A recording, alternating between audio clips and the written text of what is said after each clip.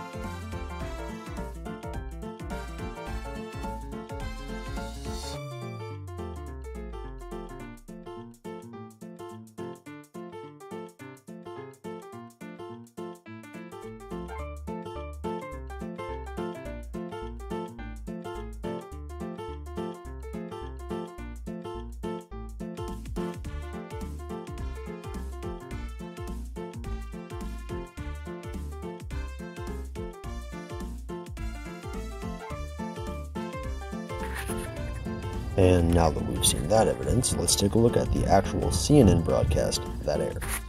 Reporting. And what I want to show you now, viewers, is a wonderful scene.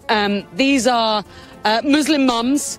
There's a little fella here who's bought a little sign, and this is in commemoration. You can see his little sign to the heroes of London. There are flowers on the street here. Ladies with hashtag turn to love. Hashtag ISIS equals enemies of Islam.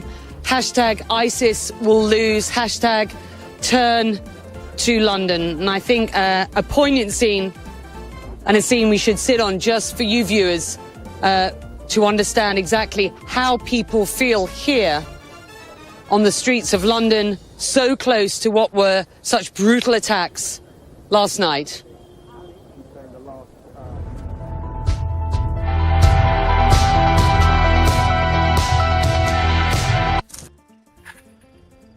Now, the validity of the above evidence isn't in question, and I wish it was. This bullshittery did indeed happen, and while it's not an uncommon occurrence, this is still one of the best examples that we have in recent history. Not just because it clearly demonstrates the issues at hand, but because this pushes the line farther than it had already been pushed. Honestly, I'm ashamed. Ashamed to be a part of a nation, culture, and world that not only lets this occur, it has a significant population that is adept enough in mental gymnastics to find a way to excuse this type of action. This event is a perfect showcase of the problem that the mainstream media has, the nature of which is the decision that the narrative overshadows the facts. The facts here wouldn't be hard to report, and lying about a protest won't get them any more clicks than a terrorist attack would. This issue is a bias in narrative. It took a legitimate tragedy, a terror attack in London that claimed the lives of many, and used it to push their narrative.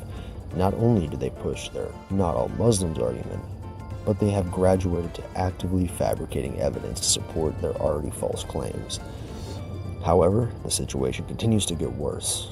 At the core of their not all Muslims argument is truth. Not all Muslims are terrorists, obviously, and anyone saying that all Muslims are terrorists should be disregarded. The issue isn't the people, it's the ideology. The extremists themselves are horrible people, obviously. And the religion and ideology of Islam allows them to justify their actions and opinions with what they believe to be the word of God, the Quran, and the Hadiths.